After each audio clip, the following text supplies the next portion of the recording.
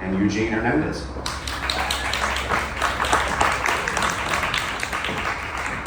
So, by way of introducing our panelists today, I'm going to start by saying, like, how I met you, and then let you update us on what's going on currently. Jacqueline, I've known for a long time. I met her when she ran AFI Fest in Los Angeles, and was doing a lot of really interesting work on new technology and the intersection of technology and film and storytelling.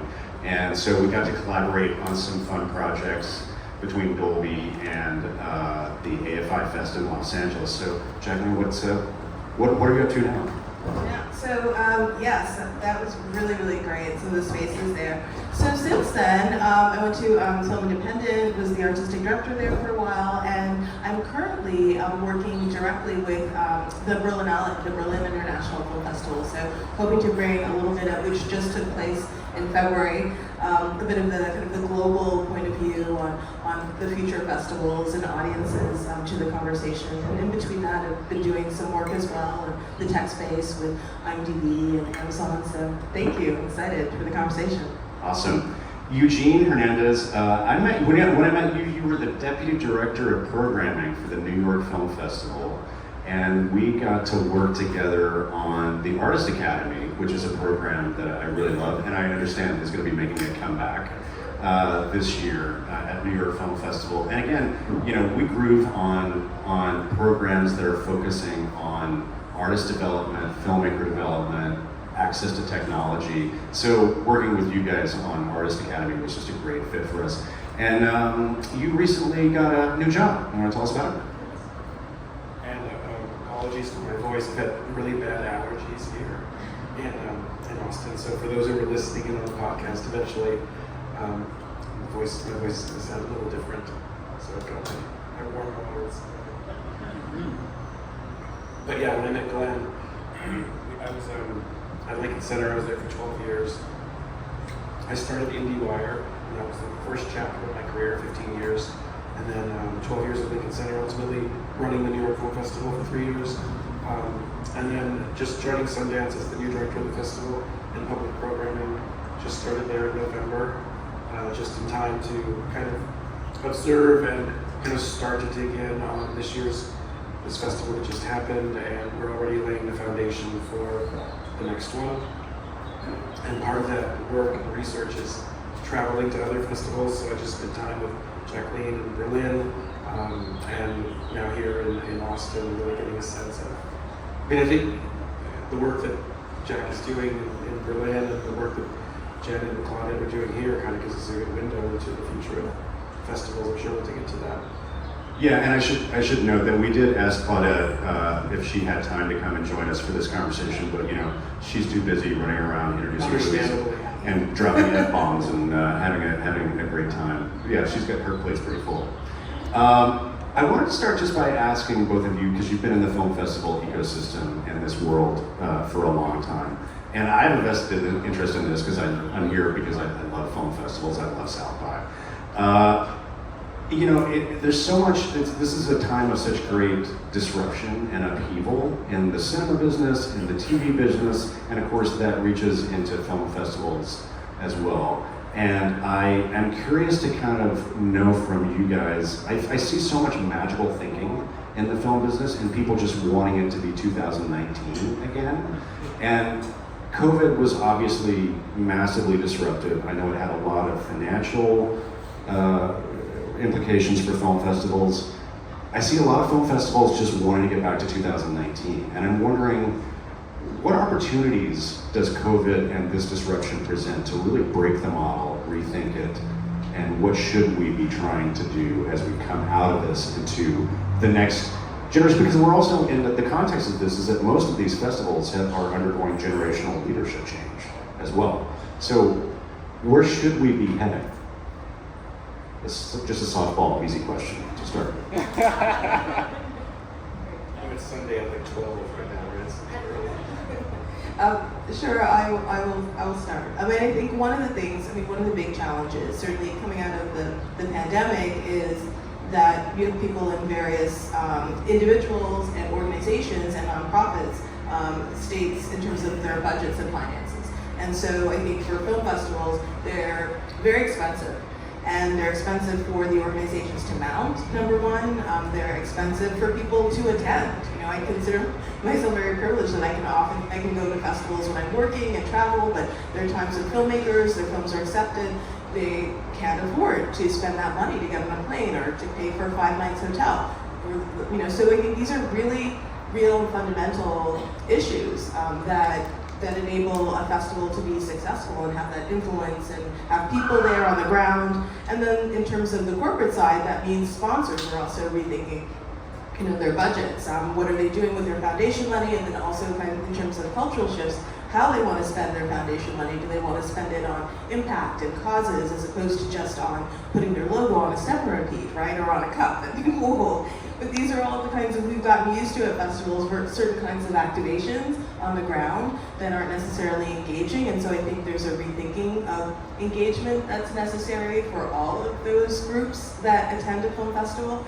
And a rethinking of, certainly, of financial models. You know, I think that's one of the big key things. And tied into that is the experience, which I don't know if we want to talk about it now, but I definitely think that, you know, that the experience being unique, festivals being special, and I think even for smaller regional festivals, figuring out their niche is really, really important. I think for the big festivals, even though Sundance is a really big, impactful, influential festival, it has a niche. It has a very strong point of view. You look to Sundance at the start of the year for a certain kind of premium, independent film and talent discovery. That's really, really key.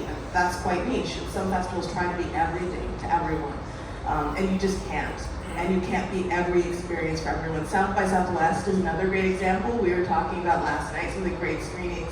You know, films you want to see in the Paramount, like Bottoms. We were all at Bottoms last night, which Yeah. is pretty, that's a pretty unhinged movie if you haven't had a chance to see it yet. But what a great experience. It was so fantastic to be back in the Paramount, to see with an audience and have that opportunity, which is then essential, happens at Sundance too, for the audience and the industry together to enjoy a film and to start to build that buzz and excitement for a film as it kind of heads out on its journey.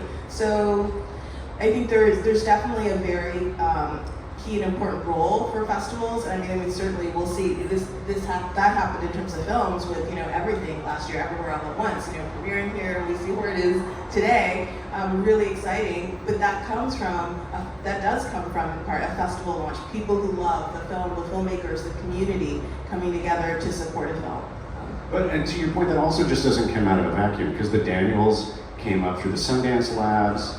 That you know their previous film Swiss Army Man was a premiere at Sundance. It went through that whole development process. So you know these things just don't come out of nowhere. There's a whole ecosystem and infrastructure that has to support these artists to grow. I mean, I think inherent to your question, Glenn, is part of the answer, which is we're not going back. It's just not happening. We might be able to take some aspects of what festivals were, and I think Jacqueline is talking about it with the experience we have here. How many people work in film festivals particularly? And how many of you are filmmakers or grading? Okay. For those of you who work in film festivals, you're going to have to figure this out as well, right? And I'm glad to see there are people here who do, because that's a hard thing for people to overcome, is this notion that we're not going back. We struggled with that question at the New York Film Festival the last few years, and I'm sure it's something that other festivals are grappling with. But when you look at, like Jacqueline was saying, when you look at the crowds this weekend at Paramount, or you look at the crowds in Berlin just last month, the audiences are ready to come back. But even then, it's not 2019. They're coming back in different ways than they were just 3 or 4 years ago. Say more about that. What do you mean? How are they coming back in a different way? I think they're engaging with festivals differently. They're engaging in movie going in theaters differently. When I was at Lincoln Center, we run 12 festivals, but we also do first run film programming. And in the time that I was there, during and during the beginning of the pandemic through the more recent phase up until the end of last year, we're just seeing movie-going habits evolving or changing. We go to movies differently. We're not necessarily watching fewer movies, but we're engaging with them differently, or we want to engage with them differently. And so at an organization like the New York Film Festival, or at Film and Lincoln Center, or I see David from the Hamptons Festival, Zach from IFP back here, like we're just seeing how audiences engage differently with films and with series. And festivals and organizations, nonprofits, have to figure out how to evolve or adapt to that. And it's happening in real time, so it's not like anything that we're making decisions about now is necessarily the long-term model, but it's like, what are the steps we can take to evolve with our audience? And when we get it right, when South by gets it right, and you can pack whatever the capacity of the Paramount is, more than 1,000 people into a screening like last night at 9:30 for Bottoms, which was an electric screening. It was like watching Everything Everywhere here a year ago. There's something magic about that. We were talking about it after we saw the movie together. We were talking about wondering how that movie is going to be released by the studios involved, the companies involved. Will it have a theatrical release? Because there was something so special about watching that movie with a big crowd and really like having that experience together. Now the movie's going to go further and wider when it's available on Prime, on Amazon, but will the folks releasing at MGM and Orion make it available theatrically? And if so, will audiences have a chance to gather around that movie, especially the younger audience that I think might really click with that movie. So I think in that is also something we're seeing with what festivals are trying to figure out. It's not just going to be the same model of how the audience engages with the films at festivals. Yeah. I was just going to say, there's definitely there's a specificity I'm finding to audiences and what they want to see, and knowing more about what they want to see, and that may be a factor of so much more information, access to information on social media, some of the traditional models of communication, like you would arrive at a festival and get the program guide, or or some have and then you look through. People are doing more advanced, I find, research. So, for example, in Berlin, one of the films, American films there was it's playing here as well, Ross Williams and Donna Summers out of Brooklyn, Susanna's home. And there were people who came afterwards. I was talking to some of the audience, they're like, oh, I came here from Hamburg to Berlin, like just for this movie. And like not to see anything else, for this movie. And I certainly felt some of that last night. I feel that, a lot of these screenings, people, they know what they want to see, who they want to see, and they want to feel, not to overuse it, but really like looking for films that they feel like reflect their experiences and their life. They're really tired of just like, okay, is this just going to be a movie that either isn't going to be discovery and exciting, or has no connection to me and my experiences? So that's definitely one thing. And then also how they consume. How we all consume content and films. I hate saying the word content sometimes, but films and the work of artists is very different. Some people they only want to watch it digitally, or they want to be able to watch something in Berlin or at Sundance from their house, which it was great that this year there was that. You're still working through that, sort of managing both the in-person screenings and digital access. The timing of that, when you have access, what kind of windows in which you have access to a screening. And this is where, for the staff, as you mentioned, of film festivals and for filmmakers, becomes another, I think, one of the big questions then has to be solved in terms of how film festivals evolve. What is the window you're going to enable someone to screen a movie digitally? And how does that impact sales and distribution? And do sales agents and distributors kind of get on board in conversations with the filmmaker at the festival to enable that to happen? And then who makes that happen, staff-wise? But back to budgets, So many segments to your point, so many segments of our audience want it to be 2019, and that's part of what we're struggling with. And I also wonder on the other side of that, to what extent the festival experience becomes, or already is, but becomes the dominant communal experience around a film. Not that we wouldn't get people together in our homes with our giant screen TV, our Dolby Atmos sound at home, and have a great communal experience with a smaller group. which I think many of us are doing in the early stages of the pandemic, sort of forced us to kind of rethink what community is around movies. But I wonder to what extent festivals become that communal experience around film, even though some of the films that play here, some of the films that played at Sundance really will have a theatrical, in this country, a theatrical experience, but perhaps not at the scope and scale that perhaps they might have just a few years ago. So I think it's a greater opportunity for festivals to become that communal experience. Yeah, I have a whole list of questions where we're already going left, but that's okay. I want to ask you that, about the hybrid model, because some film festivals, let's just talk about South by for a second. South by was 100% virtual for a year, and then made the decision that's not the way we want to serve this up, and has gone back to being completely IRL. Sundance is pursuing a hybrid model, and I would say selfishly, congratulations. Sundance is the first film festival in the world to screen available titles in Dolby Vision and Dolby Atmos on their platform. And how do you? So you brought up a lot of interesting questions about rights holders and do they want them to be available for streaming because of how that could impact a potential sale. But how does that change the experience of what Sundance is if I'm doing it at home and not going to Utah for it?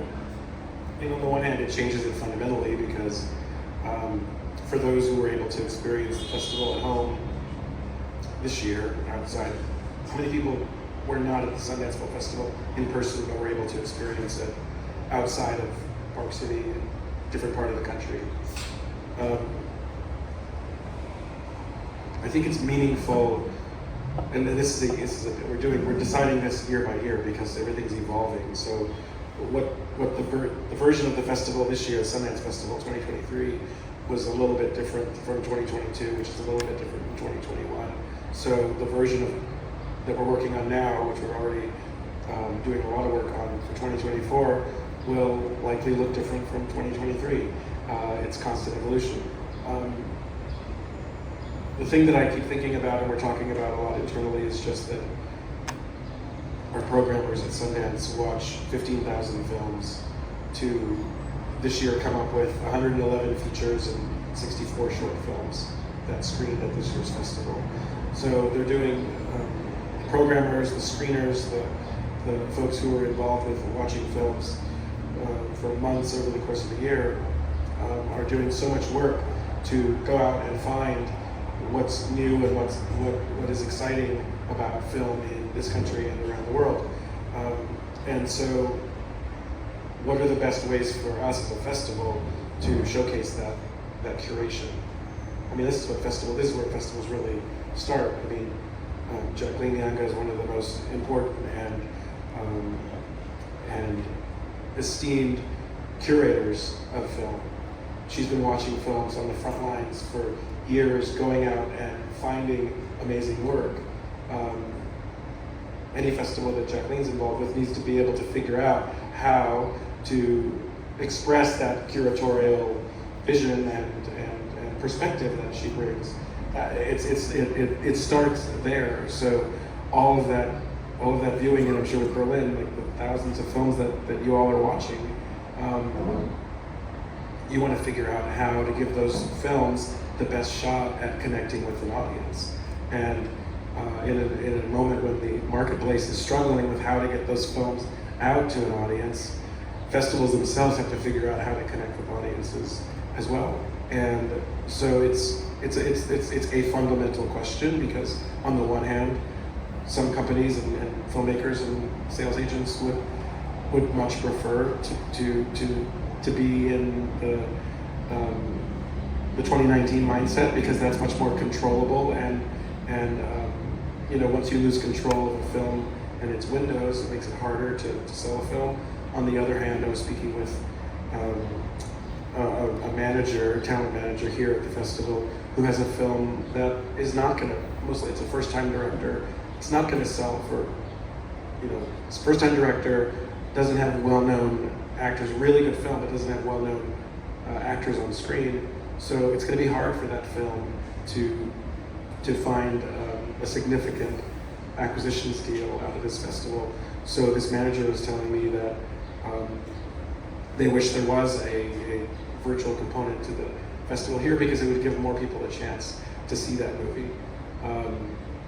I think that in the next couple of years that will shake out a little bit. We're in the kind of most thorny aspects of it right now, so we're trying to figure out what's not going to hurt a particular film, what's not going to hurt their ability to find an audience. And Jacqueline, to your point, I mean, talking about the amazing privilege that we all have to come here and be here for several days and watch these films. Obviously, that's the great promise of a hybrid model, is that you can have a whole new demographic of people and an audience experiencing these films who don't have the resources necessarily to make that trip. So that's really exciting. It is really exciting, the potential for the global reach, and that certainly is a huge audience. I was doing for a project looking at numbers and from some films and seeing, you know, their independent films, American independent films nowadays are incredibly successful internationally, whether it's a film, you know, a comedy like, you know, My Big Fat Greek Wedding 2, or a you know, a family drama like Minari, which made a significant amount, you know, or Their Farewell of its profits globally, internationally. So I think that those opportunities, both in terms of digital and also in terms of festivals, are something that filmmakers have to be mindful of. And I think as a result of this as well, these changes, and sometimes there's if a filmmaker, in terms of speaking to filmmakers, if you know your film is going to be, you know, at a festival that does have an international, or that does have global streaming or even domestic streaming available, digital access to films, it's a conversation you have to have. I think to some extent it changes the kinds of conversations that film teams have to have amongst each other, the producers, and also with the festival, getting ahead of it, because I think what happened is it all happened so quick, the pandemic quickly, and then there was some adjusting, and now I think to Eugene's point, I think we also have to accept that we are in a period of change, and things are going to change. They're going to change every year, and one of the things I found sometimes, or lately, as we've gone back to festivals, is people are saying, this isn't like it was, or oh, we can't do that anymore, I didn't know, and things have changed, and they are going to continue to change, and then that's where I think for festivals, the key thing is actually communication. The operations mind is thinking, but communication to all of the different constituencies of the changes, so that everyone can have they can have the best possible expectations of what their experience is going to be on the ground, what they will have access to, what they won't have access to, and what that unique experience is going to be for them at you know, the films that they've decided to spend that money on to attend. And I think that is one of, in terms of why things have changed.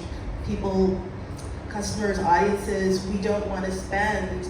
We've already invested so much in our home theater experiences, which is an incredible thing. I certainly did, you know, during the pandemic, and have in the past. But now you have to go to the theater to spend on your parking for people, children, on the babysitter, and the same thing happens for an in-person festival, for that travel, for all of those bits and pieces.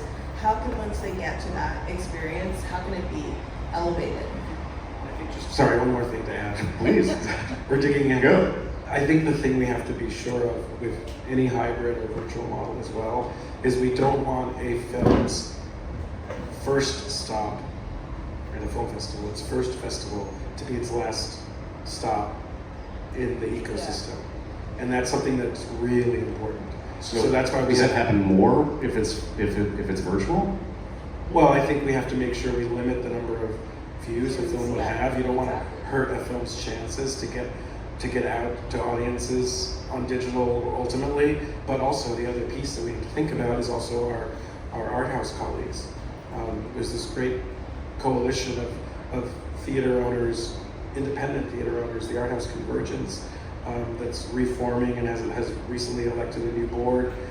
The organization is supported by Sundance Institute, and each of those art houses, those mission-driven art house theaters around the country, is doing amazing work in their communities to cultivate and nurture and support and create film festivals, film programming in local communities. And we wouldn't want anything that a film festival does, again, at a film's first stop. We wouldn't want it to hurt or jeopardize that film's opportunity to have the ability to travel to other parts, to other art houses, other parts of the country.